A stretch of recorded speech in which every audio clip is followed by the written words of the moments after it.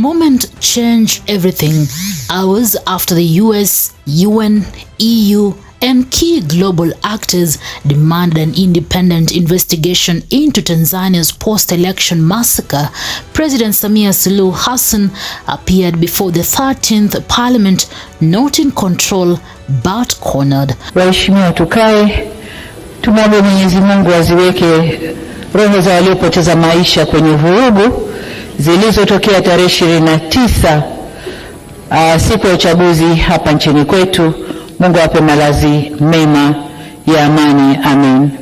With a steady voice masking political tension, she announced the government-led commission of inquiry into the deaths of at least 3,000 Tanzanians, but to many, it was not leadership, it was panic. And the irony cut deep. The same state accused of orchestrating the killings now claims it will investigate itself. Serikali imechukua hatua ya kuunda tume ya kuchunguza yaliyotokea, yani inquiry commission, ili tujue kiini cha tatizo. Taarifa hiyo itatuongoza kujielekeza kwenye mazungumzo ya kuleta maelewano na amani.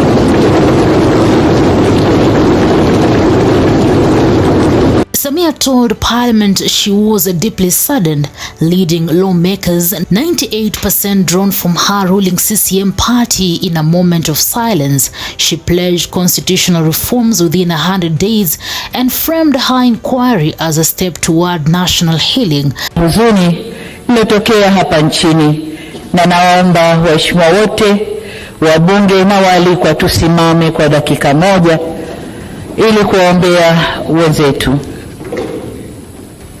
But outside the chamber, the reaction was immediate and ruthless. Opposition leaders called it a cynical whitewash. Human rights groups dismissed it as state-managed evasion. Grieving families said it was a mockery dressed as sympathy.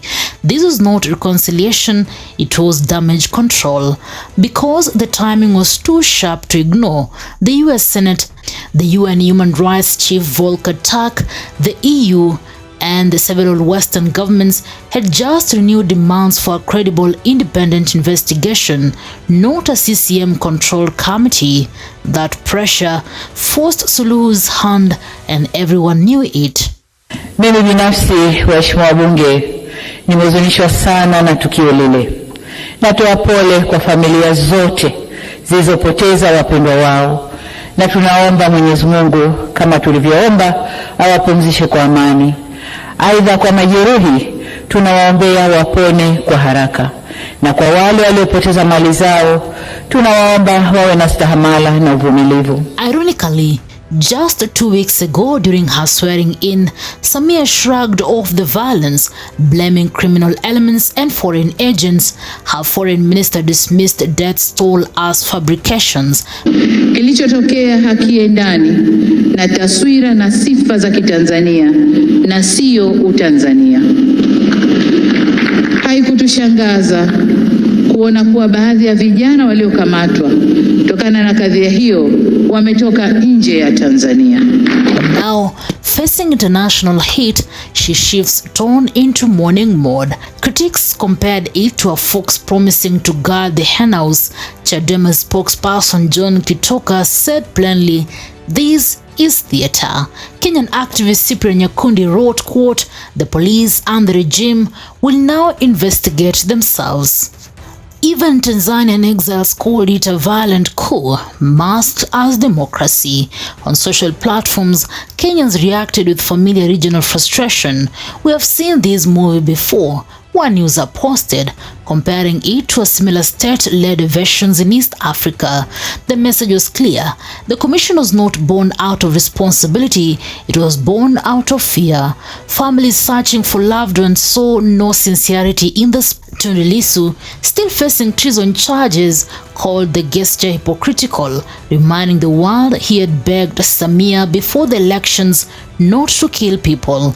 Maria Sarungi Tsehai lambasted it as a blood-soaked performance.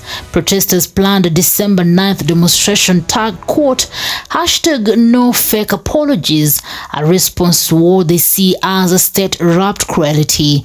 Over 40 African rights groups under the coalition Jumuiya Ni Yetu rejected the inquiry entirely, stating only the UN or ICC can deliver justice. Human Rights Watch echoed the fear self-investigation means impunity. The horror that triggered this political scramble is well documented. Riots broke out on election day, October 29th, after opposition bans, international shutdowns, voter intimidation, and mass arrests created what many called a staged election. Police and unidentified operatives reportedly used live ammunition.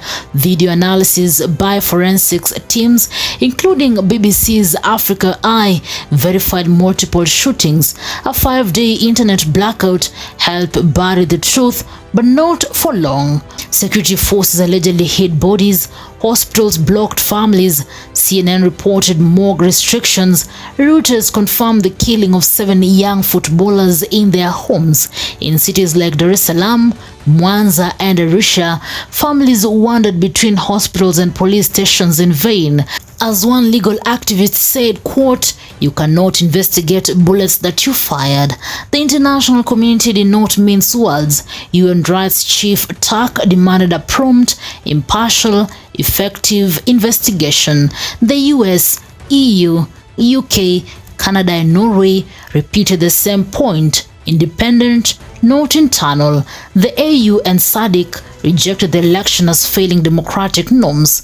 SCHPR condemned potential mass killings as grave violations. Pope Leo offered prayers for the victims. EU Chief Kaja Kallas urged restraints to preserve lives. Regional analysts noted that Tanzania's diplomatic credibility is at stake. Investors are jittery. Aid partners are watchful. The West is openly skeptical. Thus, the inquiry announcement was less a choice and more of a reaction. Samia's journey from hopeful reformer to embattled leader is one of East Africa's most troubling political arcs. She entered office in 2021 with a calming aura after Magufuli's authoritarian years. Her 4R doctrine of reform won praise, but by 2025, her administration oversaw abductions, opposition arrest, and a 98% election victory that analysts called manufactured. With December 9th protests brewing, investor confidence sliding, and ICC submissions underway, Tanzania stands at a crossroads. A government-led probe cannot rewrite facts. The international community has made that clear. The citizens have made it even clearer. This inquiry was announced under pressure, external and internal. Whether it leads to truth or becomes another political instrument will define the next decade of Tanzanian politics. For now, the applause in parliament lingers as a hollow echo over a nation still in mourning, waiting for justice in a place where the truth has become a battlefield. Newsroom, Maisha TV, reader Kering Chebet.